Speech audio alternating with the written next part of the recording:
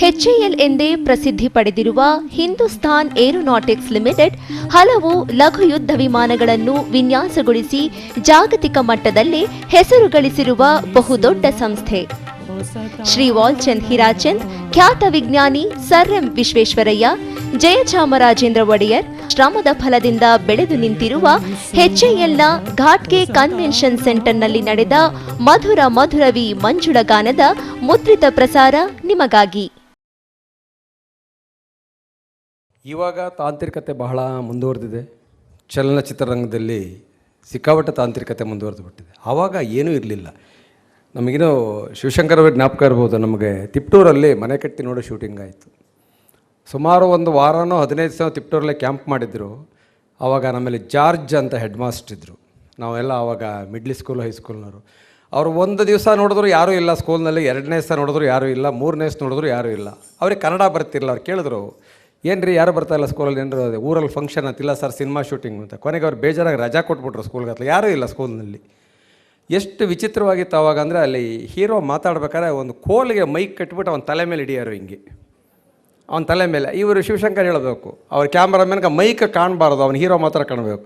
ಯಾಕೆ ಅವಾಗ ಡಬ್ಬಿಂಗ್ ಇರಲಿಲ್ಲ, ಅಲ್ಲೇ ಮಾತಾಡಬೇಕು. ಅವರು ಕರ್ಕೊಂಡು ಬಂದ ನಟರೆಲ್ಲ ಬರೀ ಉತ್ತರ ಕರ್ನಾಟಕದವರು.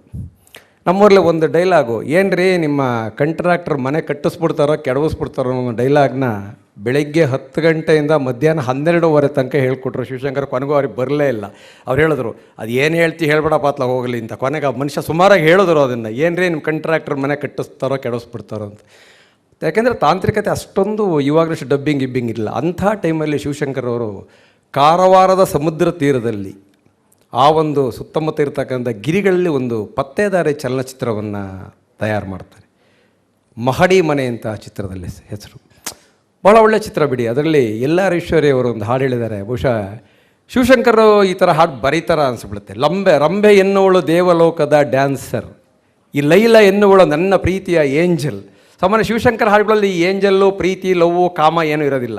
ಅವರ ಹಾಡುಗಳಲ್ಲೇ ಒಂದು ರೊಮ್ಯಾಂಟಿಕ್ ಹಾಡಾದರೂ ಕೂಡ ದೇಶ ಪ್ರೇಮ ಇಂಥದ್ದೇ ಇರೋದು. ಆ ಚಿತ್ರದಲ್ಲಿ ಮತ್ತೊಂದು ಕಡೆ ಶಿವಶಂಕರ್ ಬರೀತಾರೆ, ಕಾರವಾರನ ಕನ್ನಡ ನಾಡಿನ ಕಾಶ್ಮೀರ ಇದು ಕಾರವಾರ ಅಂತಕ್ಕಂಥ ಒಂದು ಪದವನ್ನು ಉಪಯೋಗಿಸ್ತಾರೆ. ನಾನೋಡಿ ನಲಿಯುವ ಕಾರವಾರ ಕಡಲಿನ ತೀರ ಎಂದಿನಂತೆ ರತ್ನಮ್ಮ ಅವರ ಸಂಗೀತ, ಡಾಕ್ಟರ್ PB ಶ್ರೀನಿವಾಸ್ ಅವರು ಹಾಡಿರ್ತಕ್ಕಂಥ ಗೀತೆ ನಿಮ್ಮ ಮುಂದೆ ಹಾಡ್ತಾ ಇದ್ದಾರೆ ಮಾದಪ್ಪ.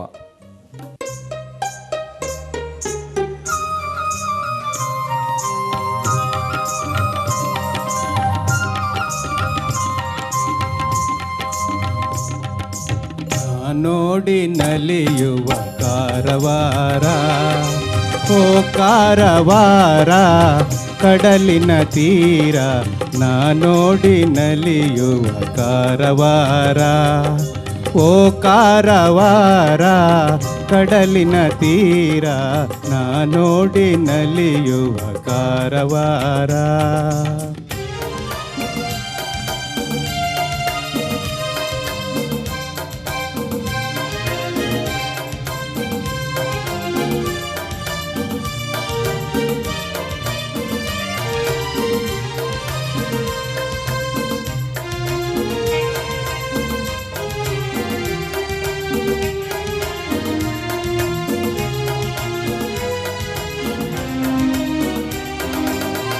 ಕನ್ನಡ ನಾಡಿಗೆ ಇದು ಕಾಶ್ಮೀರ, ಕಾಣ ಬಯಸಿದೆ ಆಶಾ ತೀರ.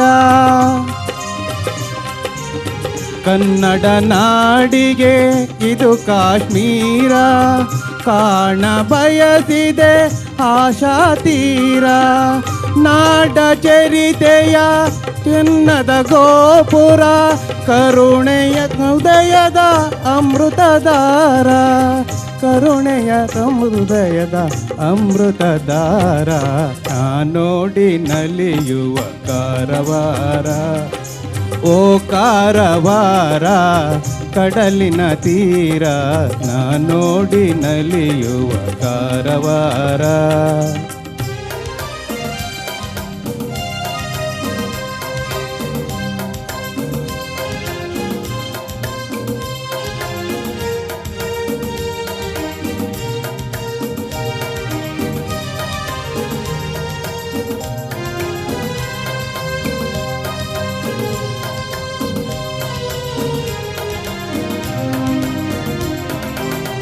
ಜನಿಸಿದೆ ನಿನ್ನಯ ಮಡಿಲಿನಲಿ, ದೊಡ್ಡವನಾದೆ ವಾತ್ಸಲ್ಯದಲ್ಲಿ.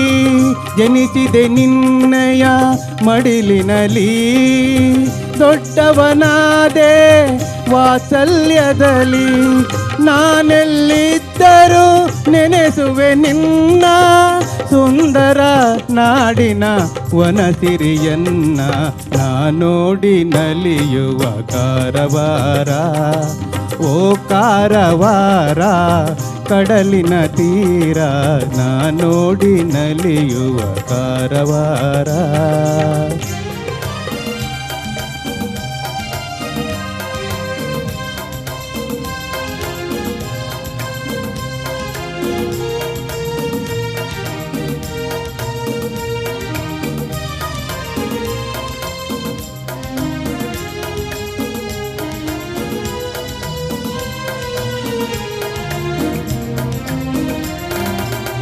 ಸೋದರ ಪ್ರೀತಿಯ ಹರಡುವೆನು, ಕಲಿತನ ಕೀರ್ತಿಯ ಬೆಳೆಸುವೆನು.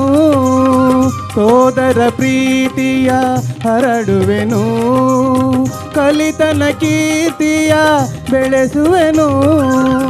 ನಿಶ್ಚಲ ಸ್ನೇಹವ ತಿಳಿಸುವೆನು, ಹುಟ್ಟಿದ ನಾಡಿನ ಹೆಸರುಳಿಸುವೆನು.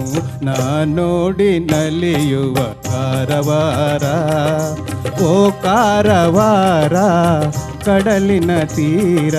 ನಾನೋಡಿ ನಲಿಯುವ ಕಾರವಾರ, ಓ ಕಾರವಾರ ಕಡಲಿನ ತೀರ. ನಾನೋಡಿ ನಲಿಯುವ ಕಾರವಾರ. ಶಿವಶಂಕರ್ ಅವರ ಚಿತ್ರಗಳು ಯಾವುದೇ ಒಂದು ಕೌಟುಂಬಿಕ ವಿಚಾರಗಳಿಗೆ ಆಗಲಿ, ಕೌಟುಂಬಿಕ ಸಮಸ್ಯೆಗಳನ್ನು ಪರಿಹಾರ ಮಾಡ್ತಕ್ಕಂಥದ್ದಾಗಲಿ ಅಲ್ಲ. ಅದೇನಿದ್ರೂ ದೇಶಭಕ್ತಿ, ಆದರ್ಶ, ನಮ್ಮ ಕನ್ನಡತನ, ಕನ್ನಡ ಸಂಸ್ಕೃತಿಯನ್ನು ಎತ್ತಿ ಹಿಡಿಯುವಂತಹ ಚಿತ್ರ. ಅದರಲ್ಲೆಲ್ಲ ಮನೆ ಕಟ್ಟಿ ನೋಡೋ ಒಂದು ಕೌಟುಂಬಿಕ ಸಮಸ್ಯೆ ಆಯಿತು. ಒಂದು ಮನೆ ಕಟ್ಟೋದಕ್ಕೆ ಎಷ್ಟು ಕಷ್ಟ ಅಂತ. ಶಿವಶಂಕರ್ ಅವರು, ನಿಮ್ಮನ್ನು ನೇರವಾಗಿ ವೇದಿಕೆಯಿಂದ ಪ್ರಶ್ನೆ ಕೇಳ್ತಾ ಇದ್ದೀನಿ. ತಾವು ಹೇಳ್ತೀರಿ ಮನೆ ಕಟ್ಟಿ ನೋಡೋನಲ್ಲಿ ಉದಯ್ ಕುಮಾರ್ ಹತ್ರ ಬಂದು ಆ ಪ್ರಭಾಕರನ ಕಲಾವಿದ ಹೇಳ್ತಾನೆ, ನನಗೊಂದು 8,000 ರೂಪಾಯಿ ಸಾಲ ಬೇಕಾಗಿತ್ತಣ್ಣ. ಯಾಕೆ ಅಂತ. ನಾನು ಜಯನಗರದಲ್ಲಿ ಒಂದು ಸೈಟ್ ತೊಗೊಂಡಿದ್ದೀನಿ 10,000 ರೂಪಾಯಿ ಕೊಟ್ಟು, ಅದಕ್ಕೆ ಪಾಯ ಹಾಕ್ಸ್ಬೇಕು ಅಂತ. ಜಯನಗರದಲ್ಲಿ ಆ ಪುಣ್ಯಾತ್ಮ ಯಾರು ಸರ್ 10,000 ರೂಪಾಯಿ ಸೈಟ್ ಕೊಟ್ಟ ಸ್ವಲ್ಪ ದಯವಿಟ್ಟು ಹೇಳಿದರೆ. ಆವಾಗ 3,000ಕ್ಕೆ. ಅದಕ್ಕೆ ಇಲ್ಲಿಂದೆಲ್ಲ ಕೇಳ್ತೀನಿ, ಯಾಕೆಂದರೆ ನೀವು ಪರ್ಮಿಷನ್ ಕೊಟ್ಟರೆ ಪ್ರೋಗ್ರಾಮ್ ಮುಗಿಸ್ಕೊಂಡು ನಾನು ಹೋಗೋಣ ಅಂತಿದ್ದೀನಿ. ಅದಕ್ಕೋಸ್ಕರ ಮನೆ ಕಟ್ಟಿ ನೋಡು, ನಿಮಗೆಲ್ಲ ಗಾದೆ ಗೊತ್ತೇ ಇದೆ. ಮನೆ ಕಟ್ಟಿ ನೋಡು, ಮದುವೆ ಮಾಡಿ ನೋಡು. ಮನೆ ಕಟ್ಟಿ ನೋಡು ಅನ್ನೋದನ್ನು ಫಸ್ಟು ಶಿಷ್ಯ ತೆಗೆದರು. ಮದುವೆ ಮಾಡಿ ನೋಡು ಅನ್ನೋದನ್ನು ಇವರ ಗುರುಗಳಾದ ಹುಣಸೂರು ಕೃಷ್ಣಮೂರ್ತಿಗಳು ತೆಗೆದರು. ಹುಣಸೂರು ಕೃಷ್ಣಮೂರ್ತಿಗಳ ಪಟ್ಟ ಶಿಷ್ಯ, ಅವರ ಬಲಗೈ ಬಂಟ ಯಾರಾದರೂ ಇದ್ದಾರೆ ಈ ಕರ್ನಾಟಕದಲ್ಲಿ ಚಿತ್ರರಂಗದಲ್ಲಿ ಅಂದರೆ ಅದು ಸಿ ವಿ ಶಿವಶಂಕರ್ ಅವರು ಮಾತ್ರ. ಅಷ್ಟೇ ಅಲ್ಲ, ನಮ್ಮ ಕನ್ನಡದ ಬಹುತೇಕ ನಟರಿಗೆ, ಅವರ ಮಕ್ಕಳಿಗೆ, ಡಾಕ್ಟರ್ ರಾಜ್ಕುಮಾರ್ ಅವರ ಮಕ್ಕಳಿಂದ ಹಿಡಿದು ನರಸಿಂಹರಾಜು ಅವರಿಗೆ, ಉದಯ್ ಕುಮಾರ್ ಮಕ್ಕಳಿಗೆ ಎಲ್ಲರಿಗೂ ಕನ್ನಡವನ್ನು ಕಲಿಸಿದಂತಹ ಕನ್ನಡದ ಮೇಷ್ಟ್ರು ಅಂದರೆ ಸಿ ವಿ ಶಿವಶಂಕರ್ ಅವರು ಮಾತ್ರ. ಮದ್ರಾಸಲ್ಲಿ ಇವರ ನಾಟಕಗಳನ್ನು MGR, ಶಿವಾಜಿ ಗಣೇಶನು, ಜಮಿನಿ ಗಣೇಶ ಎಲ್ಲ ಬಂದು ನೋಡ್ತಾ ಇದ್ದರು. ಶಿವಶಂಕರ್ ನಾಟಕ ಅಂತ ಹೇಳಿದರೆ. ಇಂಥ ಶಿವಶಂಕರ್ ಅವರು ನಮ್ಮ ದಾರಿ ಅಂತ ಒಂದು ಕನ್ನಡ ಚಲನಚಿತ್ರವನ್ನು ನಿರ್ದೇಶನ ಮಾಡ್ತಾರೆ. ಏನೋ ಅನಿವಾರ್ಯ ಕಾರಣ ಆ ಚಿತ್ರ ಬಿಡುಗಡೆ ಆಗಲಿಲ್ಲ. ಆದರೆ ನಮ್ಮ ನಿರ್ಮಾಪಕರಲ್ಲಿ ಅಂತಹ ಒಂದು ಒಳ್ಳೆತನ ಇತ್ತು, ಒಗ್ಗಟ್ಟಿತ್ತು ಅನ್ನೋದಕ್ಕೆ ಹೇಳ್ತೀನಿ. ಆ ಚಿತ್ರದಲ್ಲಿ ಒಂದು ಹಾಡಿತ್ತು, ಆಕಾಶಕ್ಕೆ ಏನಿಟ್ಟು ಅಂತಕ್ಕಂಥ ಒಂದು ಹಾಡನ್ನು HLN ಸಿಂಹ ಅವರು ಅನುಗ್ರಹ ಅಂತ ಒಂದು ಚಿತ್ರವನ್ನು ತಯಾರು ಮಾಡ್ತಾರೆ. ಅಶ್ವತ್ತು, ಪಂಡ್ರಿಬಾಯಿ, ಶ್ರೀನಾಥ್, ಆರ್ತಿ. ಅದಕ್ಕೆ ಈ ಹಾಡನ್ನು ತಗೋತಾರೆ. ಸಿ ವಿ ಶಿವಶಂಕರ್ ಅವರ ಸಾಹಿತ್ಯ, ಆ ರತ್ನಮ್ ಅವರದ್ದೇ ಸಂಗೀತ. ಬಟ್ ಅನುಗ್ರಹ ಚಿತ್ರಕ್ಕೆ ರಾಜನ್ ನಾಗೇಂದ್ರ, ಬಟ್ ಈ ಹಾಡಿಗೆ ರತ್ನಮ್ ಅವ್ರ ಸಂಗೀತ. ಆಕಾಶಕ್ಕೆ ಏಣಿಯನಿಟ್ಟು, ಭೂಮಿಯ ಕಡೆಗೆ ದಿಟ್ಟಿಯನಿಟ್ಟು, ಕರೆಯುತ್ತಿದೆ ನಮ್ಮೂರ ಬೆಟ್ಟ ಅಂತ ಡಾಕ್ಟರ್ PB ಶ್ರೀನಿವಾಸ್ ಮತ್ತು S ಜಾನಕಿ ಹಾಡಿರೋ ಈ ಹಾಡನ್ನು ನಿಮ್ಮ ಮುಂದೆ ಹಾಡ್ತಾ ಇದ್ದಾರೆ S ರಾಜು ಹಾಸನ್ ಮತ್ತು ಶಶಿಕಲಾ.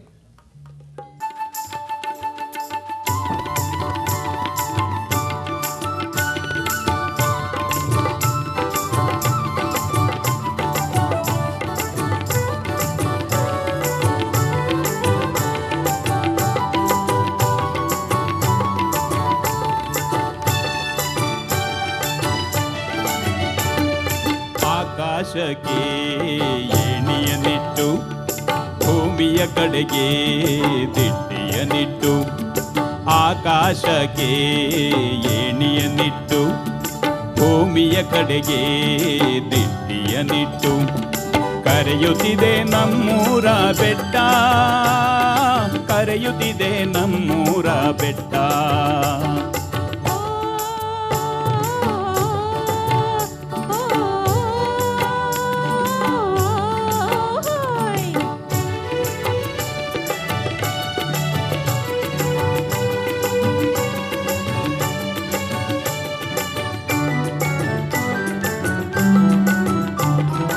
ಕವಿರಾಯ ಬಣ್ಣಿಸಿಲ್ಲ ನಮ್ಮೂರ ಅಂದ, ಮಳೆರಾಯ ಚಿತ್ರಿಸಿದ ಮಳೆ ಹನಿಯಿಂದ.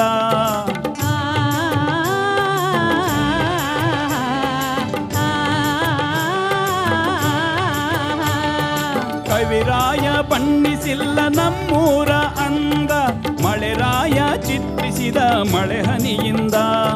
ಹಸಿರುಟ್ಟ ಬಯಲಲ್ಲಿ ಬಣ್ಣಗಳ ಹೂ ತುಂಬಿ, ತೆನೆ ಮೇಲೆ ರಸ ತುಂಬಿ ನಲಿಯುತ್ತಿದೆ ಮರಿದುಂಬಿ.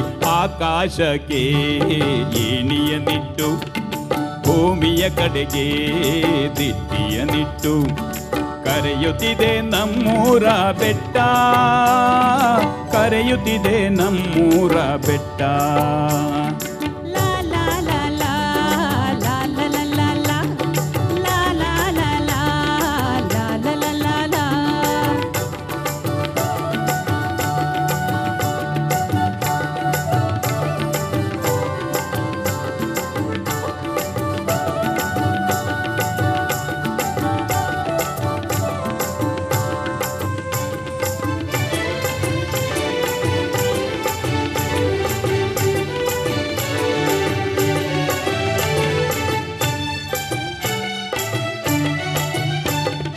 ಕಂಗಳಲ್ಲಿ ಮಿಂಚುವಂತ ಈ ಹೊಂಬೆಳಕು ನಮ್ಮ ದಾರಿ ದೀಪವಾದ ಬಾಳಿನ ಬೆಳಕು.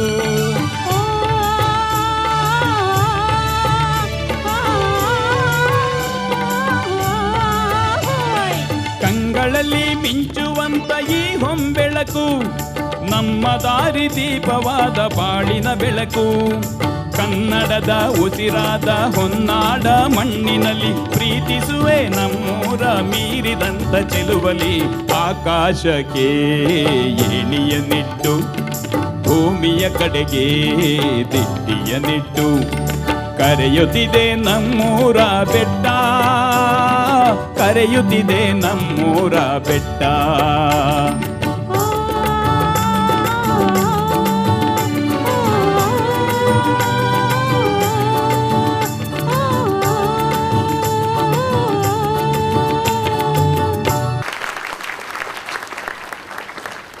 ಸಾಮಾನ್ಯವಾಗಿ ಮದುವೆ ಮನೆ ಅಂದಮೇಲೆ ಆರ್ತಕ್ಷತೆ ಇದ್ದೇ ಇರುತ್ತೆ. ಮದುವೆ ಆದಮೇಲೆ ಆರ್ತಕ್ಷತೆ ಮಾಮೂಲು.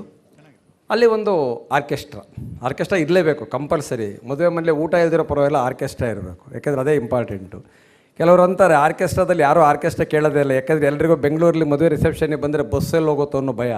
ಈ ಕಡೆಯಿಂದ ಕೊಟ್ಬಿಟ್ಟು ಈ ಕಡೆಯಿಂದ ಕ್ಯೂನಲ್ಲಿ ಹೋಗ್ಬಿಟ್ಟು ಪ್ರೆಸೆಂಟೇಷನ್ ಕೊಟ್ಟು ಆ ಕಡೆಯಿಂದ ಊಟ ಮಾಡ್ಕೊಂಡು ಹಾಗೆ ಹೊರಟೋಗ್ತಾರೆ. ಪಾಪ ಆರ್ಕೆಸ್ಟ್ರಾದವ್ರು ಸುಮ್ಮನೆ ಹಾಡು ಹೇಳ್ತಾ ಇರ್ತಾರೆ, ಯಾರೋ ನಮ್ಮಂತ ಕೂತ್ಕೊಂಡು ಕೇಳಬೇಕಾದ್ರೆ. ಯಾಕೆಂದರೆ ಜನಗಳಲ್ಲಿ ಆ ಒಂದು ಟೆನ್ಷನ್ನು, ಇಲ್ಲಿ ಕೂತ್ಕೊಂಡು ಹಾಡು ಕೇಳೋಷ್ಟು ಪೇಷನ್ಸು ಜನಗಳಿಗೆ ಇರೋದಿಲ್ಲ. ಆದರೆ ಇಲ್ಲಿ ಬಾಂಧವ್ಯ ಅಂತಕ್ಕಂಥ ಒಂದು ಸಿನಿಮಾ, ಕನ್ನಡ ಸಿನಿಮಾ ಸೋರಠ ಅಶ್ವಥ್ ಅವರು ಈ ಚಿತ್ರದ ನಿರ್ಮಾಪಕರು.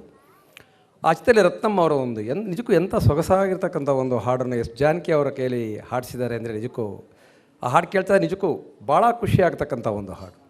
ಸಾಹಿತ್ಯನೂ ಅಷ್ಟೇ. ಕದ್ದು ನೋಡುವೆ ಏಕೆ ಎಲೆ ಹೆಣ್ಣೆ, ಕದಿಯುವುದೆಲ್ಲ ನಲ್ಮೇಲದ್ದಿರುವಾಗ ಕದ್ದು ನೋಡುವೆ ಏಕೆ. ಯಾಕೆ ಅವನು ನೋಡ್ತಾ ಇರ್ತಾಳೆ ಪಕ್ಕದಲ್ಲಿ ಗಂಡನ ರಿಸೆಪ್ಷನಲ್ಲಿ. ಬಿ ವಿ ರಾಧಾ ಅವರು ರಾಜೇಶ ಕಿರಿಗಣ್ಣಲ್ಲಿ ನೋಡ್ತಿದ್ರೆ ಹೇಳ್ತಾಳೆ, ಕದ್ದು ಯಾಕೆ ನೋಡ್ತಾ ಇದೆಯಾ, ಏನು ಕದಿಬೇಕು ಅಂತಿದೆಯಾ, ಅದೆಲ್ಲ ನಿನ್ನ ನಲ್ಲನ ನಲು ಮೇಲೆ ಅದ್ದಿರುವಾಗ ಕದ್ದು ನೋಡುವೆ ಏಕೆ ಅಂತಕ್ಕಂಥ. ಕದ್ದು ನೋಡುವೆ ಏಕೆ ಎಲೆ ಹೆಣ್ಣೆ, ಕದ್ದು ನೋಡುವೆ ಏಕೆ. ಈ ಗೀತೆ ನಿಮ್ಮ ಮುಂದೆ ಹಾಡ್ತಾ ಇದ್ದಾರೆ ಅರ್ಪಿತಾ ಕೇಸ್ ಅವರು. ಜಗವೆಂಬ ಗುಡಿಯಲ್ಲಿ ಬಾಳೆಂಬ ಮಂಟಪದಿ ಕುಳಿತ ನವವಧೂವರರೆ ಹೃದಯಗಳು ಬೆಸೆದಾಯಿತು.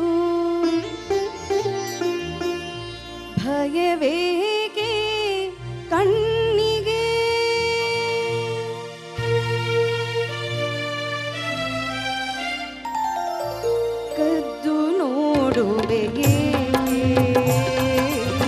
ಕದ್ದು ನೋಡುವೆಯೇ ಎಲೆ ಕಣ್ಣೇ ಕದಿಯುವುದೆಲ್ಲ ನಲುಮೆಯಲಜ್ಜಿರುವಾಗ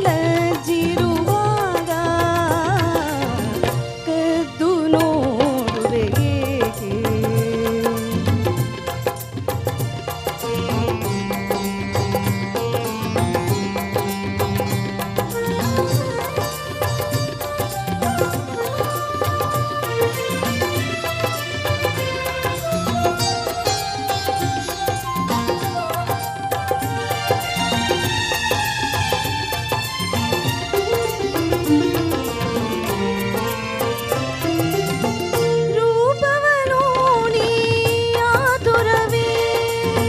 ದೃಷ್ಟಿ ತಾಗಿದೆಂಬ ಕಾತುರವೇ ರೂಪವನೋಡಿ ಆತುರವೇ ದೃಷ್ಟಿ ತಾಗಿದೆಂಬ ಕಾತುರವೇ ಆರಂಭವೀಗ ಬದುಕು ಕಾದಿರುವಾಗ ಅವಸರ ಬೇಕೀಗ ಎಲ್ಲವೂ ನಿನ್ನದೆಯಾಗಿರುವಾಗ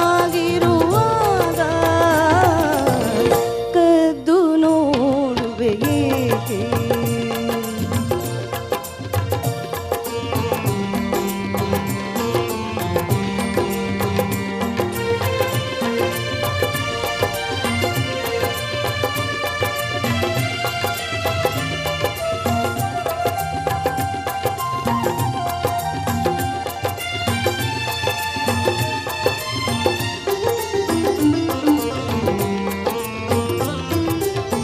ನೋಡುವ ಆಸೆಗೆ ತಡೆಯೇನು ಮಮತೆಯ ಕಣ್ಗಳು ಕುರುಡೇನು ನೋಡುವ ಆಸೆಗೆ ತಡೆಯೇನು ಮಮತೆಯ ಕಣ್ಗಳು ಕುರುಡೇನು ಸಂತಸದ ನೋಟ ತುಂಬಿ ನಿಂತಿರುವಾಗ ತಡೆಯುವೆಯೇನನ್ನು ಎಲ್ಲರ ಎದುರಲಿ ನೀನಿರುವಾಗ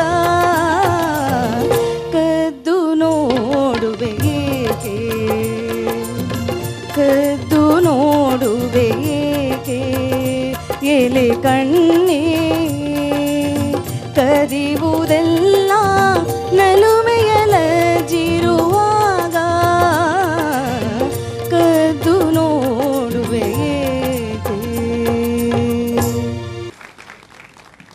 ಮಿನುಗುತ್ತಾರೆ ಕಲ್ಪನಾ ಅವರು ಬಿ ಆರ್ ಪಂತುಲು ಅವರ ಸಾಕು ಮಗಳನ್ನು ಕನ್ನಡ ಚಲನಚಿತ್ರದ ಮೂಲಕ ಬೆಳ್ಳಿಯ ತೆರೆಗೆ ಪದಾರ್ಪಣೆ ಮಾಡಿದರೂ ಸಹಿತ ಅದರಲ್ಲಿ ಅವ್ರನ್ನ ಪರಿಪೂರ್ಣವಾಗಿ ಸಂಪೂರ್ಣ ಅವರಿಗೆ ನಾಯಕಿ ಪಾತ್ರವನ್ನು ಕೊಟ್ಟಿದ್ದು ಅಂತ ಹೇಳಿದರೆ ಸಿ ವಿ ಶಿವಶಂಕರ್ ಅವರು ತಮ್ಮ ಪದವೀಧರ ಚಿತ್ರದಲ್ಲಿ. ಪದವೀಧರದ ನಾಯಕರು ನಿಮಗೆಲ್ಲ ಗೊತ್ತಿರೋ ಕಲಾಕೇಸರಿ ಉದಯ್ ಕುಮಾರ್ ಅವರು, ಅದರಲ್ಲಿ ಕೂಡ ಆರ್ ರತ್ನಮ್ ಅವರ ಸಂಗೀತ ನಿರ್ದೇಶನ ಇತ್ತು, ಶಿವಶಂಕರ್ ಅವರದ್ದು. ಒಬ್ಬ ಗ್ರ್ಯಾಜುಯೇಟ್ ಆಗಿರ್ತಕ್ಕಂಥ ಒಬ್ಬ ವ್ಯಕ್ತಿ ಕೆಲಸವಿಲ್ಲದಲೇ ಹೇಗೆ ಕಷ್ಟಪಡ್ತಾನೆ, ಎಷ್ಟು ಕಷ್ಟಪಡ್ತಾನೆ ಅಂತಕ್ಕಂಥ ಒಂದು ವಿಚಾರವನ್ನು ತೆಗೆದುಕೊಂಡು ಅವರೊಂದು ಪದವೀಧರ ಅಂತಕ್ಕಂಥ ಒಂದು ಚಿತ್ರವನ್ನು ಮಾಡ್ತಾರೆ. ಸ್ನೇಹಿತರೆ, ನಿಮಗೆ ನಮ್ಮಲ್ಲಿ ಮಾತಾಡ್ಬೇಕಾದ್ರೆ ಸಾಮಾನ್ಯವಾಗಿ ಕೆಲವು ವಿಚಾರಗಳು ಅಂತೀವಿ ನಾವು, ಇವನ್ನೆಲ್ಲೋ ಟ್ಯೂಬ್ಲೈಟು ಕಣೋ ಅಂತೀವಿ ನಾವು. ಅಂದರೆ ಟ್ಯೂಬ್ಲೈಟು ಅಂದರೆ ನಾವೇನೋ ಹೇಳಿದ್ರೆ ತಕ್ಷಣ ಹೊಳೆಯೋದಿಲ್ಲ, ಅದಕ್ಕೆ ಅಂಥ ವ್ಯಕ್ತಿಗೆ ನಾವು ಟ್ಯೂಬ್ಲೈಟು ಅಂತೀವಿ. ಈ ಒಂದು ಇವನ್ನೆಲ್ಲೋ ಟ್ಯೂಬ್ಲೈಟು ಅನ್ನೋ ಪದನ ಜನಸಾಮಾನ್ಯರಲ್ಲಿ ಪ್ರಚಲಿತವಾಗಿ ಮಾಡಿದ್ದು ಅಂತ ಹೇಳಿದ್ರೆ ಸಿ ವಿ ಶಿವಶಂಕರ್ ಅವರು, ನಮ್ಮ ಊರು ಸಿನಿಮಾದ ಮೂಲಕ. ಅದು ನರಸಿಂಹರಾಜು ಯಾವಾಗಲೂ ಹೇಳ್ತಿರ್ತಾರೆ ಇವನ್ನೆಲ್ಲೋ ಟ್ಯೂಬ್ಲೈಟು ಅಂತೇಳಿ. ಅಂತಹ ಒಂದು ಸಣ್ಣ ವಿಚಾರದಲ್ಲಿ ಕೂಡ ಒಂದು ಜನಸಾಮಾನ್ಯರಲ್ಲಿ ಓಡಾಡುವಂಥ ವಿಚಾರಗಳನ್ನು ಮಾಡಿದ್ರು. ಹಿಂದೆ ಈ ನೋಟ್ಗಳಲ್ಲಿ ಪ್ರಾಣಿಗಳ ಚಿತ್ರ ಬರ್ತಾಯಿತ್ತು, ನೀವು ಗೊತ್ತಿರ್ಬೋದು, ಹುಲಿ ಜಿಂಕೆ ಎಲ್ಲವ. ನಮ್ಮ ಮನೆ ಕಟ್ಟಿ ನೋಡೋದಲ್ಲಿ ತಿಪ್ಟೂರು ರಘು ಅವರು ಬಂದಿದ್ರೆ ಚೆನ್ನಾಗಿರೋದವರು. ಅವರೊಂದು ಡೈಲಾಗ್ ಹೇಳ್ತಾರೆ, 2 ಹುಲಿ 2 ಜಿಂಕೆ ಕೊಡು ಅಂತ. ಅಲ್ಲ, 10 ರೂಪಾಯಿ ನೋಟು 2 5 ರೂಪಾಯಿ ನೋಟು ಅಂತ. ಈ ಪದವೀಧರ ಚಿತ್ರದಲ್ಲಿ ಹೊಯ್ಸಳ ಸಾಮ್ರಾಜ್ಯವನ್ನು ಕುರಿತಾದಂಥ ಒಂದು ಹಾಡಿದೆ. ಇದನ್ನು ಸೂಲಮಂಗಲಂ ರಾಜಲಕ್ಷ್ಮಿ ಅವರು ಹಾಡಿದ್ದಾರೆ. ಇದನ್ನು ಭಾಳ ಹಿರಿಯ ಗಾಯಕಿ ಸೂಲಮಂಗಲಂ ರಾಜಲಕ್ಷ್ಮಿ ಅವರು, ಭಾಮೆ ನೋಡಲು ತಾ ಬಂದ ಹಾಡಿರ್ತಕ್ಕಂಥ ಗಾಯಕಿ. HAL ಈಸ್ಟ್ ಪ್ರೈಮರಿ ಗರ್ಲ್ಸ್ ಹೈಸ್ಕೂಲಿನ ಕಲಾವಿದರು ಇದರಲ್ಲಿ ನೃತ್ಯದ ಮೂಲಕ ಹಾಡನ್ನು ಪರಿಚಯ ಮಾಡಿಸ್ತಾ ಇದ್ದಾರೆ. ನೃತ್ಯ ಸಂಯೋಜನೆ ಗೀತಾ.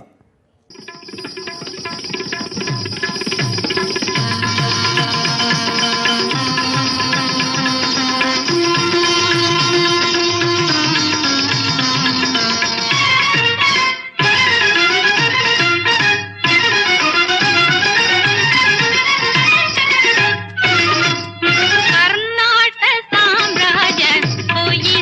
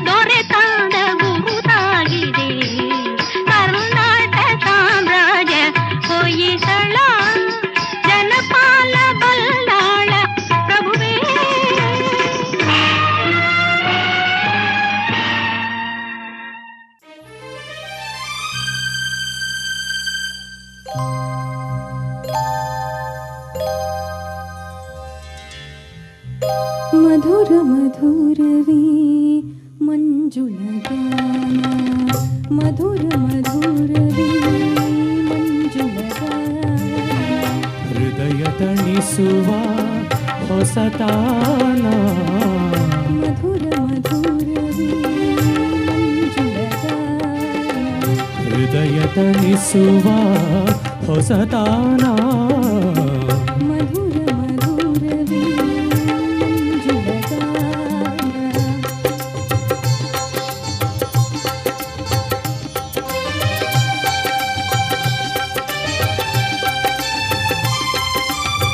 ಸಿರಿ ಸಂಭ್ರಮ ಸ್ವರ ಬೆರೆಸಿ ಹಗ